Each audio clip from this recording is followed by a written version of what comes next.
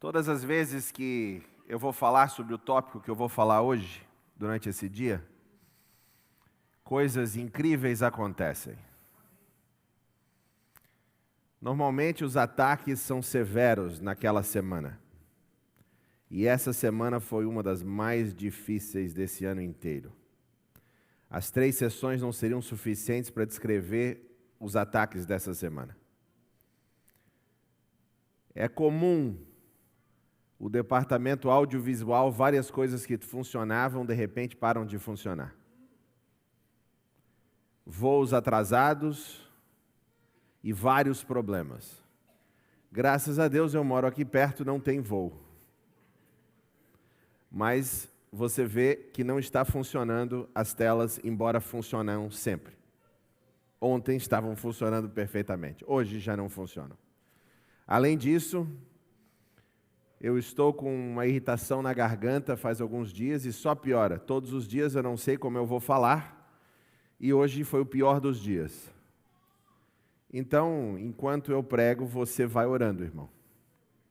Irmã, vai orando. Porque vai ser só por Deus que nós vamos ter essa vigília. E a razão por isso é porque eu sei como a minha vida foi transformada nos últimos 2 anos, quando eu entendi o que eu vou passar para vocês hoje no Espírito.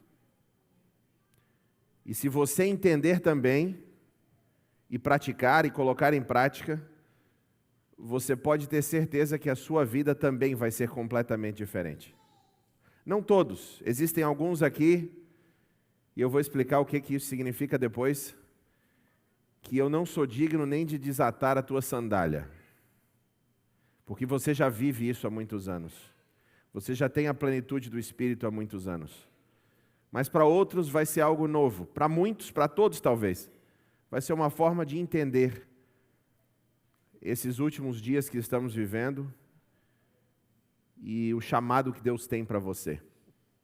Então, antes de nós abrirmos a palavra, vamos fazer uma oração, pedindo que o Espírito possa controlar todos os meus pensamentos e todos os seus também.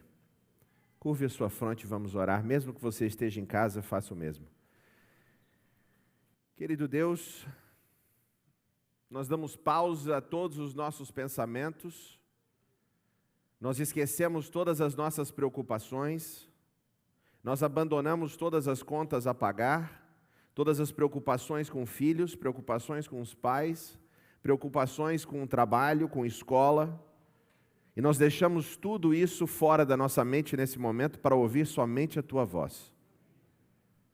Que a Tua palavra se torne viva nessa manhã e que a plenitude do Espírito Santo se faça presente. Pedimos isso em nome de Jesus. Amém. Abra sua Bíblia no livro de Efésios, capítulo 1. Efésios, capítulo 1. Eu vou ler na Nova Versão Internacional em português. A partir do versículo 15, diz assim: por essa razão, desde que ouvi da fé que vocês têm no Senhor Jesus e do amor para com todos os santos, não deixo de dar graças por vocês, mencionando-os nas minhas orações.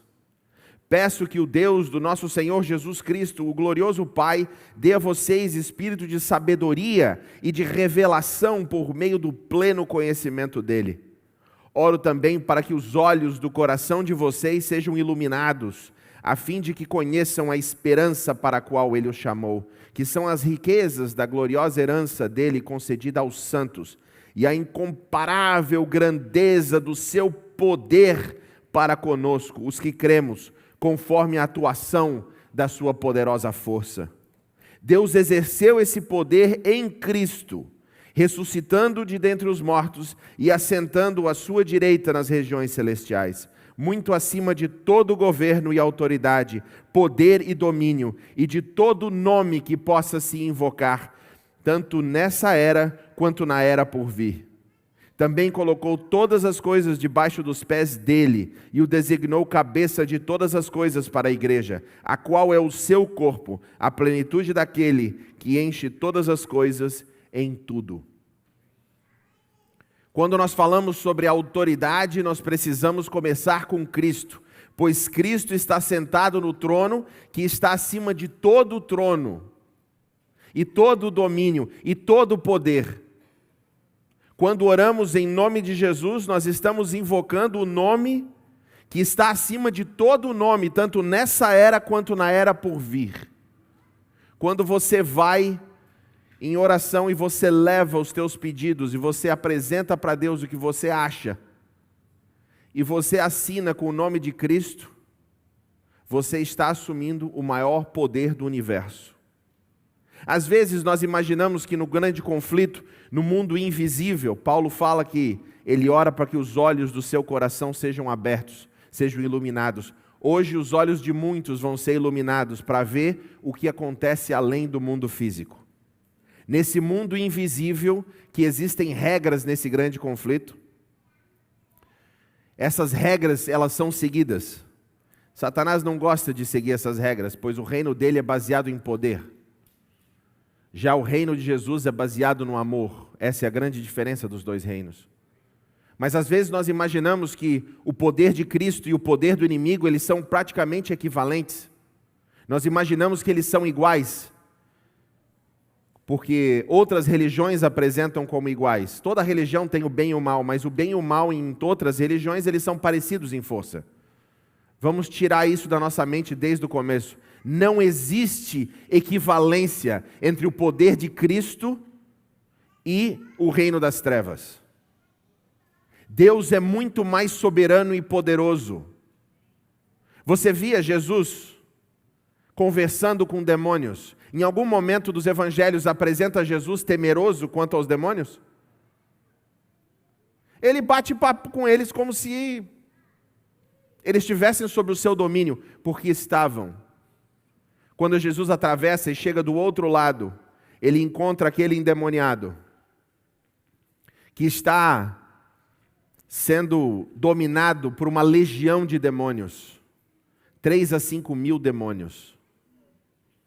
E Jesus se apresenta chegando lá, e os demônios pedem para ele, ou têm medo dele. Senhor, agora que tu vai julgar e nós estamos mortos, certo? Não.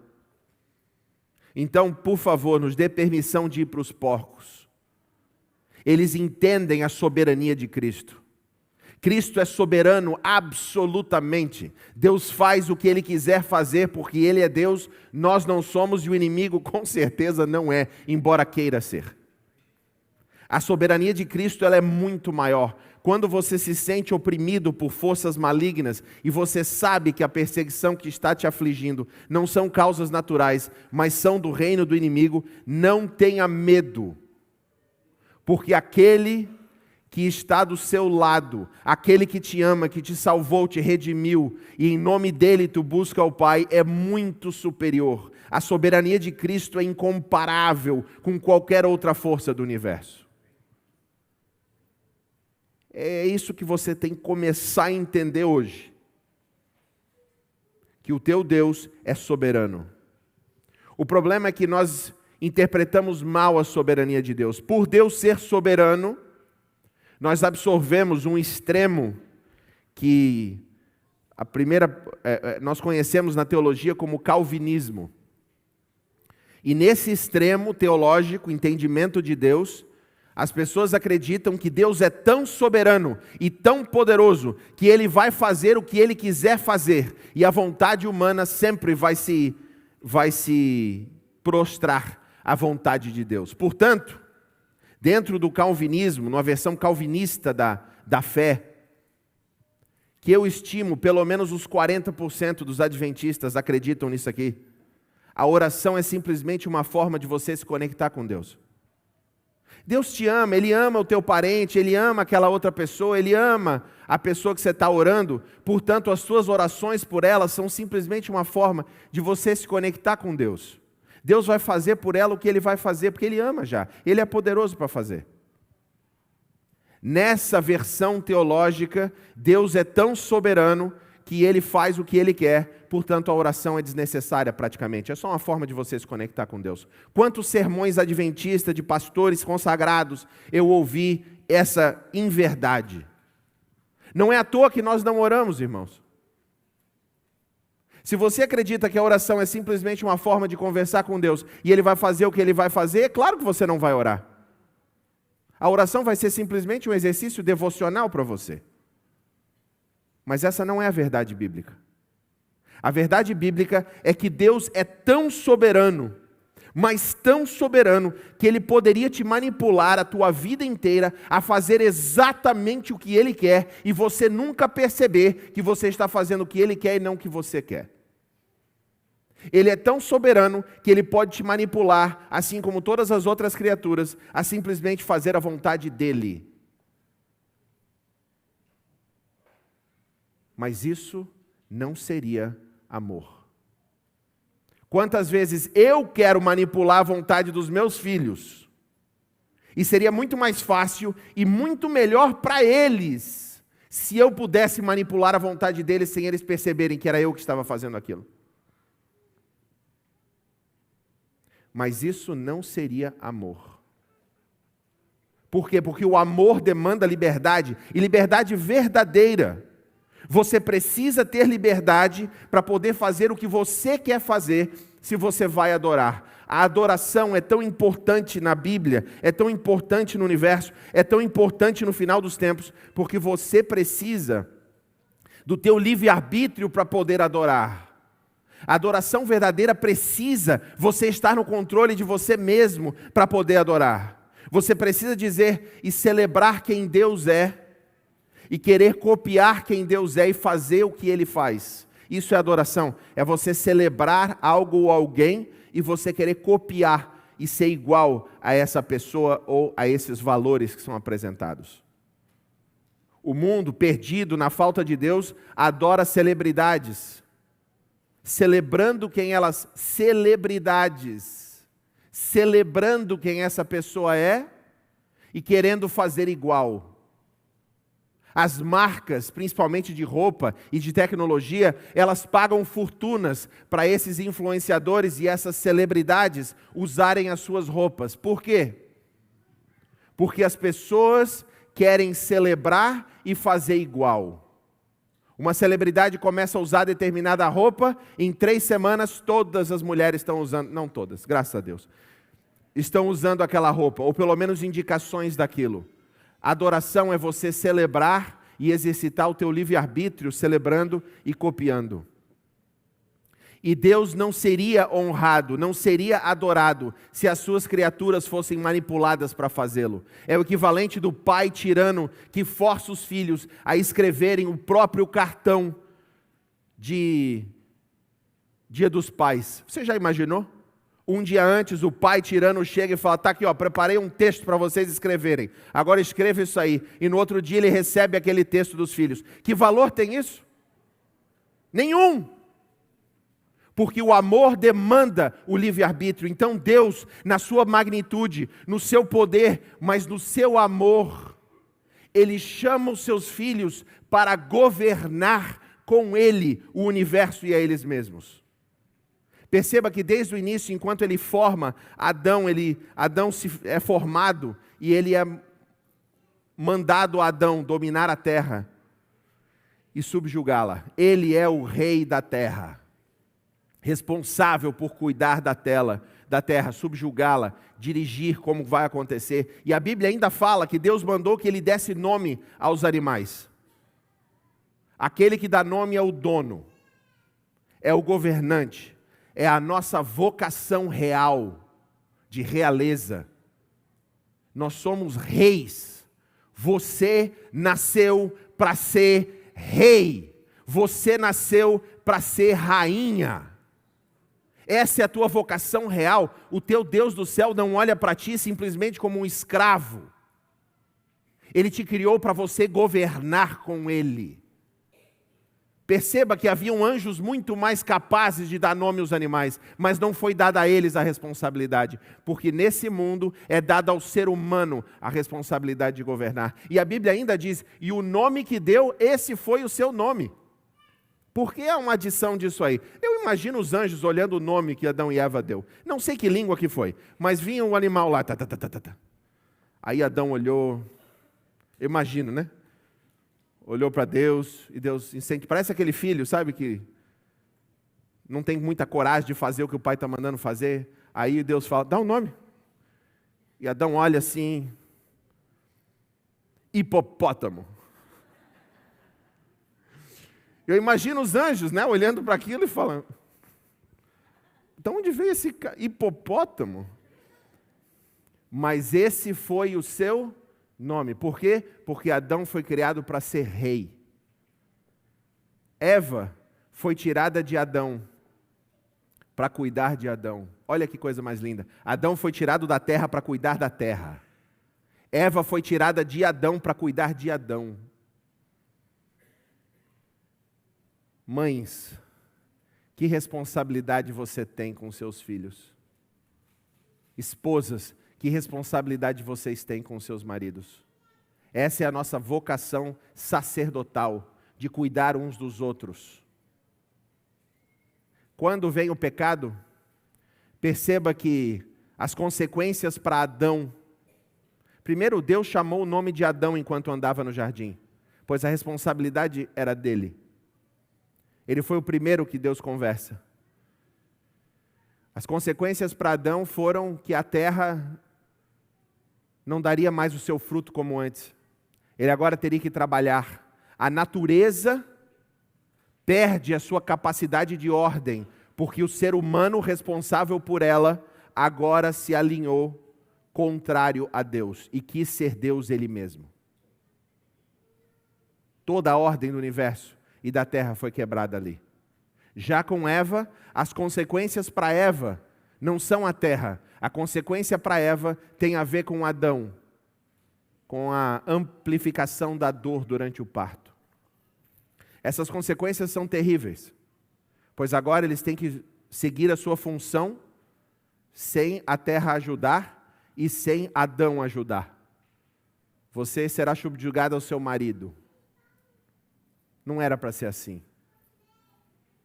E em casamentos que estão restaurando o céu, não é assim. Em casamentos que estão restaurando o céu, o homem continua provendo, ele continua protegendo, ele continua liderando. E a mulher que está cada vez mais próxima ao céu, continua nutrindo, continua confortando e continua educando. Mulher, você recebe revelações de Deus especiais. É tua responsabilidade que o teu marido saiba delas.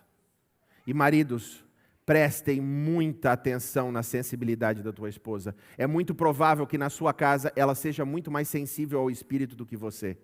E quando ela se aproxima de você e diz algo, preste atenção naquilo, leve em oração, incorpore aquilo. Pode ser Deus se revelando através dela para você.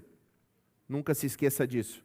Muitos de nós ainda temos algum recurso financeiro, porque a nossa esposa disse, não entra nesse investimento, amém? E já tem esposa apertando a mão do marido mais forte aí, dizendo, eu te falei, aquilo lá não ia dar certo nunca. Se isso nunca aconteceu no seu casamento, é porque você se casou faz 3 semanas. Mais do que 3 semanas. Você pode ter certeza que você vai poder testificar de alguma experiência disso aí, em algum momento. Em toda a história, Deus chama, e nós temos várias passagens bíblicas que eu gostaria de aludir nesse momento com vocês, aonde Deus tem o seu conselho. E esse conselho divino, ele tem poder. No capítulo 82, versículo 1 de Salmos, Salmo 82, versículo 1, Deus está assentado no seu trono, entre os deuses, ele faz julgamento. A Bíblia, quando fala desses deuses, e a palavra em hebraico é Elohim, no capítulo 82 de Salmos, ele está descrevendo um conselho divino, através do qual Deus exerce autoridade e governa o universo. Esse é o conselho divino. Outras passagens da Bíblia que deixam claro que Deus está nesse conselho, é 1 Reis 22, 19 a 23. Que eu vi o Senhor, diz a Bíblia, assentado no seu trono, e todo o seu... Estou traduzindo aqui do inglês. Vamos pegar em 1 Reis 22, 19, para ler a versão direitinho. Micaías prosseguiu.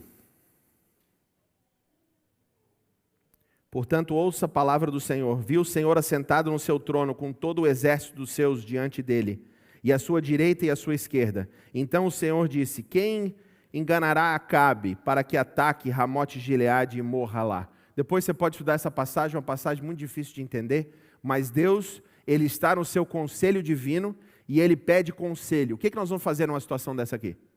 E Ele escuta o que as outras pessoas têm para falar. Quem? Que pessoas? Seres celestes que estão responsáveis por diferentes áreas da terra e do universo. Lembra de Jó?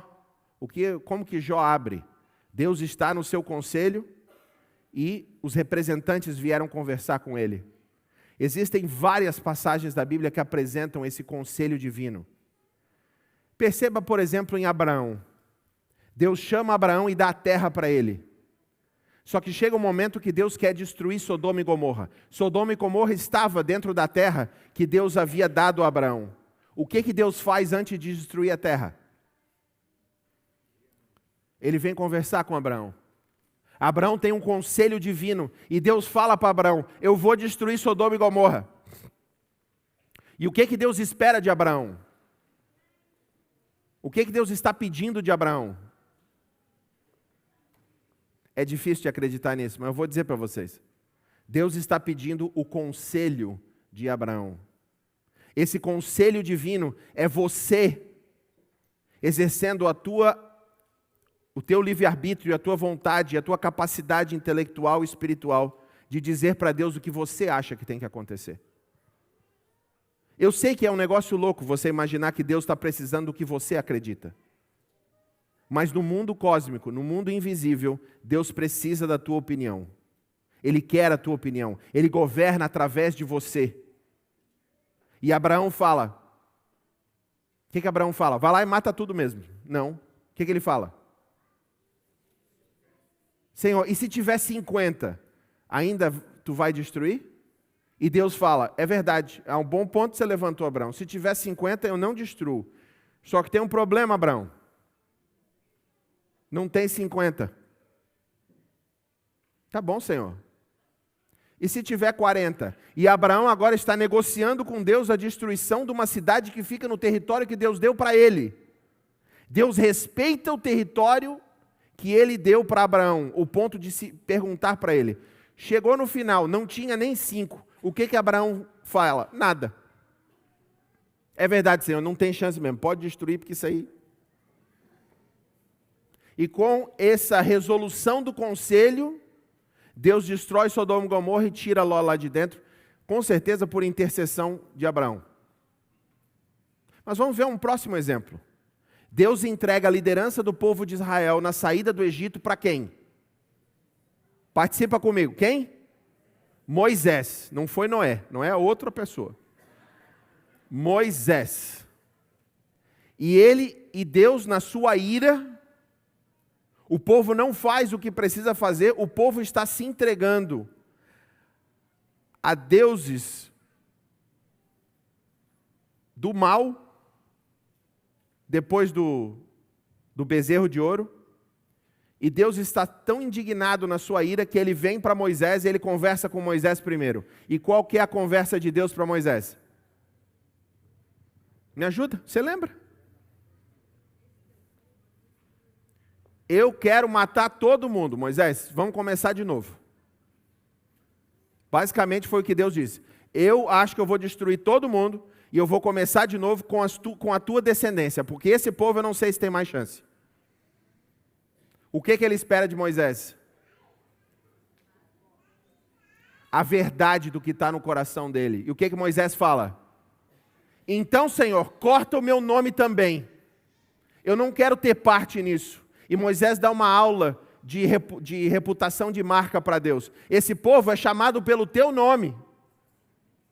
Presta atenção. A tua reputação está em jogo. Não é um bom plano esse, Senhor. Você teria coragem de olhar nos olhos do Altíssimo, ou na presença do Altíssimo, e falar exatamente o que você pensa? E se o que você pensa é contrário do que você acabou de ouvir dele? Deus, Ele governa através do conselho. E o que Moisés falou teve tremendo poder no mundo invisível. Porque Moisés demonstrou um amor desprendido do povo que acabava de desobedecê-lo. Esse amor desprendido teve muito poder no mundo invisível naquela época. E Deus decidiu seguir o conselho de Moisés também. Você vê várias vezes esse conselho divino. E agora, a grande surpresa para todos nós. Abra no capítulo 2 de Efésios. Nós acabamos de ler antes que Jesus foi ressuscitado e assentado no trono que está acima de todos os tronos.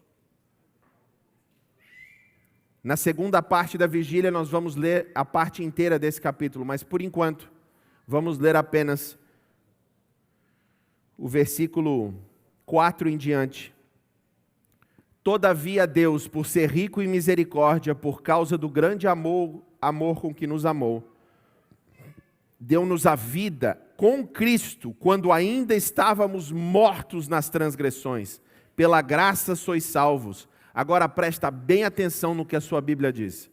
Deus nos ressuscitou com Cristo e com Ele nos assentou nas regiões celestiais em Cristo Jesus, para mostrar nas eras por vir a incomparável riqueza da sua graça, demonstrada na sua bondade para conosco em Cristo Jesus. A maioria de nós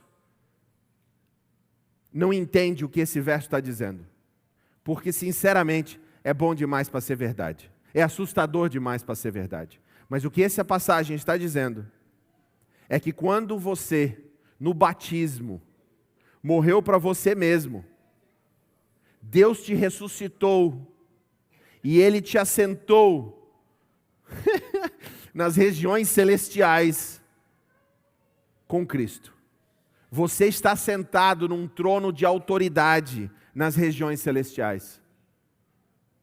Eu sei que isso é difícil de acreditar. Mas quando você ora, você está entrando num conselho divino, dizendo para o teu Rei dos Reis, você como rei, como rainha, você se prostra perante o Deus do universo, o Rei dos Reis, e você diz para o Rei dos Reis o que você acha que deveria acontecer com diversas situações que estão acontecendo na tua vida. Pastor, isso é demais para mim. Eu nem comecei, vai ficar muito pior. No final dessa passagem, no versículo 10, diz assim, porque fomos feitos por Deus, criados em Cristo Jesus para boas obras, as quais Deus preparou previamente para que andássemos nela. O Rei dos Reis preparou boas obras para você fazer.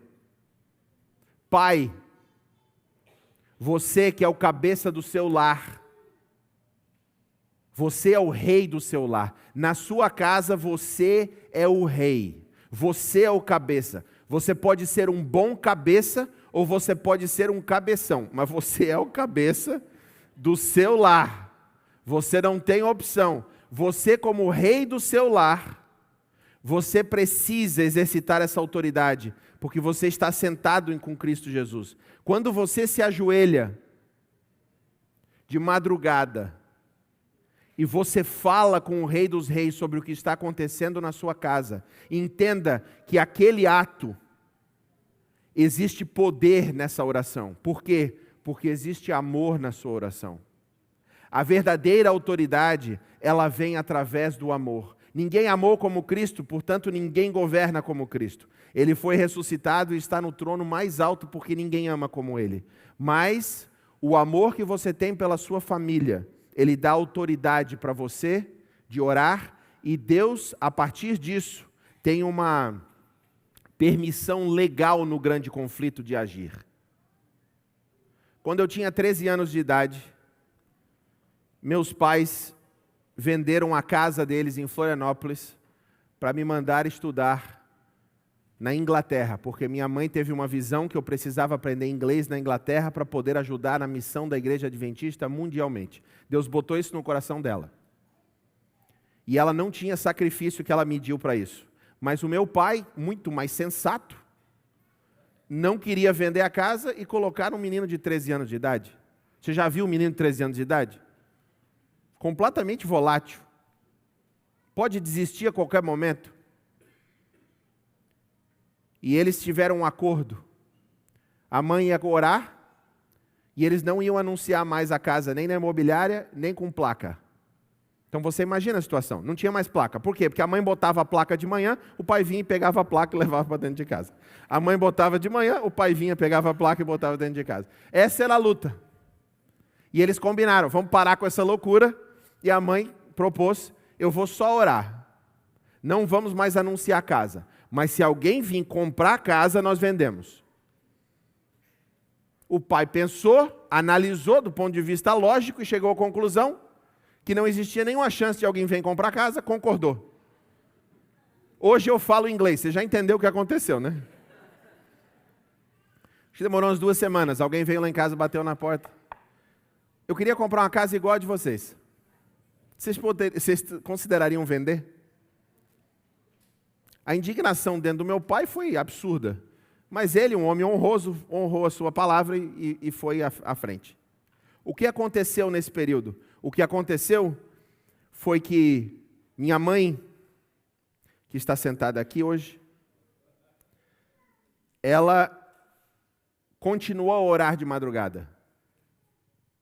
E como o amor dela por mim e pela missão da igreja era absoluto, enquanto ela orava, Deus agora tinha permissão no grande conflito, nessa lei cósmica, nessa regra cósmica que existe, de agir na vida do filho dela e na família dela.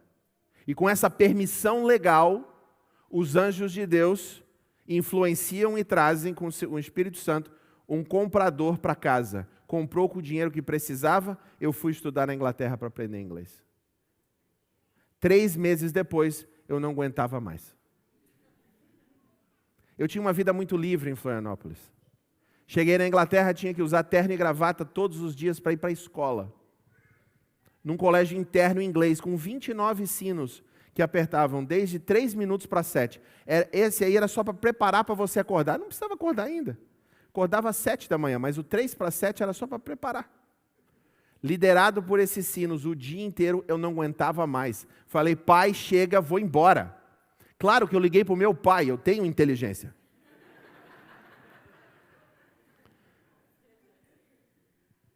O pai negociou com a escola receber parte do dinheiro. E quando a mãe vinha da colportagem no final de semana, domingo, eles foram ver carro zero para comprar. Por quê? Porque o dinheiro ia voltar e ia ser fantástico. E a mãe não aceitou. Não vai voltar. Não vai. E eu gostaria que ela contasse com as palavras dela o que aconteceu nesse momento.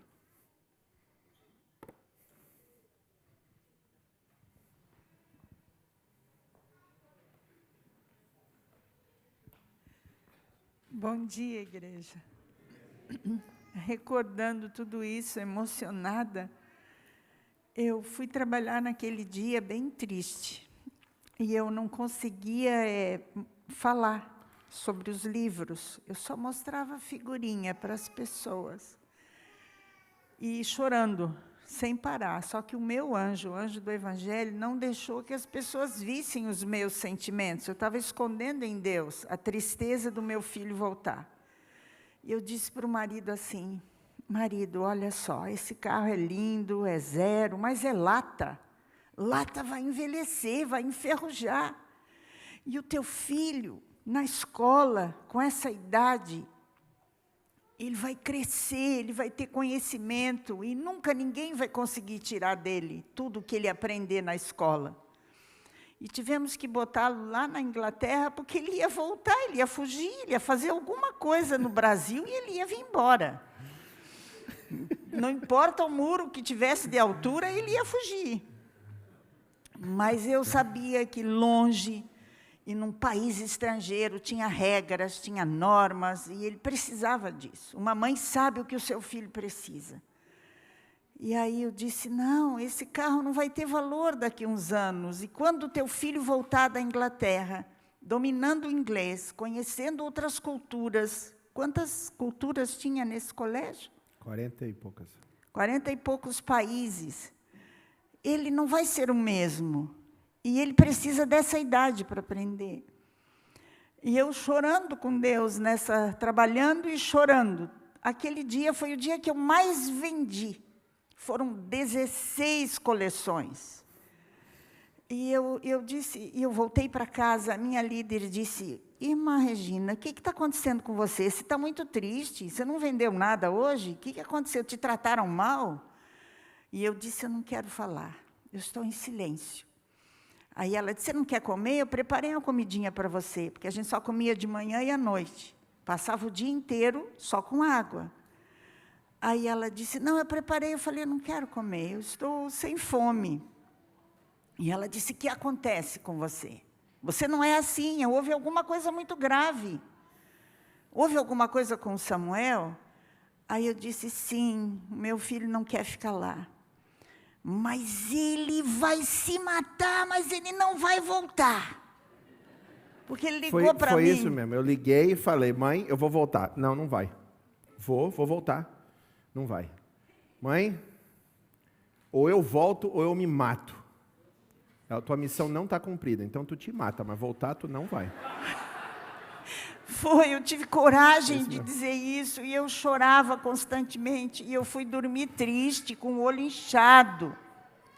Mas às 3 horas da manhã, igreja, às 3 horas da manhã, eu ouvi uma voz que disse assim, muito forte, clama a mim que eu vou te responder. Estou toda arrepiada, ó, cada vez que eu conto essa experiência. De novo, falei, meu Deus, que voz é essa? Mas era uma voz tão alta, tão profunda, tão estranha. Eu falei, mas quem falou isso? De novo, clamas a mim que eu vou te responder. E a voz ia aumentando o volume, na 3ª vez. Clamas a mim que eu vou te responder. Aí eu me prostrei, eu já estava dormindo no chão mesmo, ajoelhei e falei, Senhor dos exércitos, Deus poderoso, então eu vou clamar. Então tu moves aquela escola. Então tu falas com a diretora para não deixar o Samuel voltar. Então tu fala com os professores. Então tu age, Senhor, com os amigos dele, para que ninguém permita que ele volte. Aí, dali uns dias, pode continuar. Só um pouquinho, mãe. O Espírito Santo trabalhou no meu coração e dos amigos. Jonatas Ferreira, Oliveiros, hoje os dois são pastores. E eles me falaram, e num momento aconteceu, eles falaram, no momento que você pisar no Brasil, você vai se arrepender pro resto da tua vida. E o Espírito falou comigo e foi resolvido. Por quê? Por quê? Vem cá, mãe. Senta aqui. Porque alguém entendeu a posição de autoridade que ela tinha no mundo invisível. Deus não poderia ter feito um milagre sem uma oração? Ele não é soberano o suficiente para isso? Por que ele precisava da oração da minha mãe? Há coisas que só vão acontecer na tua vida porque você ora, que não aconteceriam se você não orar. Porque no mundo invisível você precisa exercer a tua autoridade em Cristo. Deus não interfere nas pessoas sem elas quererem. A não ser que outro ser humano ame profundamente, Deus não interfere. Mas se você ama, E com esse amor você exerce a tua autoridade, estando assentado no teu trono, do lado de Cristo. Aí Deus age poderosamente. Quanto mais poder nós teríamos nessa igreja e na tua família, se você acordasse de madrugada e orasse. Não é que Deus, você conectado com Deus, Ele vai te dar mais coisas porque Ele está mais feliz com você. Não! Quanto mais você se conecta com Deus e você ora, mais Ele te dá o Espírito Santo que te permite amar. E esse amor tem autoridade. O demônio não tem como vencer o amor. Sem amor você não tem autoridade nenhuma. Mas com amor você tem. Pastor Barroso, quando você acorda de madrugada para orar por uma família, tendo recebido a incumbência de Deus de cuidar dessas ovelhas, a tua oração tem autoridade absoluta no reino invisível. Quando você ora antes de visitar, você está chegando na casa e Deus já tem autorização para que o inimigo se saia. Chega de ficar brincando de igreja. A igreja não é uma sequência de cultos que é altamente organizada, todo mundo vem, tem um bom horário, volta para casa, critica o pastor durante o sermão, ou durante o almoço, ou fala bem, como que parece sabe aquele jogo de futebol que depois tem os comentários? É o almoço em casa às vezes. Você fica comentando, como é que foi? Ah, foi bom, performance foi boa, no começo começou devagar, mas depois aumentou, ficou legal. Não, chega. Deus está nos chamando para exercer a nossa autoridade em Cristo. Se o seu assento, você foi ressuscitado com Cristo, se você se permanece vazio, porque você não ora de joelhos de madrugada, faz um bom tempo, chega a hora de você começar. E não precisa de muito tempo para você começar a perceber isso. Eu quero saber se existe gente aqui, no final dessa primeira sessão, que é a mais longa de todas, que está disposto a fazer um desafio consigo mesmo, de orar por 40 madrugadas. Por que 40? Não sei por que 40. Também não sei por que tem que ser de madrugada. Não sei, mas eu sei que nos últimos 2000 anos, cristãos têm dito que se você acorda de madrugada, o poder é completamente diferente do que você faz durante o dia. Eu sinto isso na minha vida. Então eu não tenho explicação por quê. Não sei. O que eu posso te dizer é que é assim. Existe gente aqui que quer fazer um compromisso com Deus, não comigo, de acordar por 40 madrugadas e buscar a Deus dessa forma com autoridade. Você vai poder ler depois, eu posso mandar material para você saber o que significa essa autoridade. Hoje à tarde nós vamos falar mais sobre isso, mas o compromisso é agora. Existe alguém que quer fazer esse compromisso? Pelo menos uma pessoa, uma família que quer fazer esse compromisso. Pode levantar. Amém. Amém.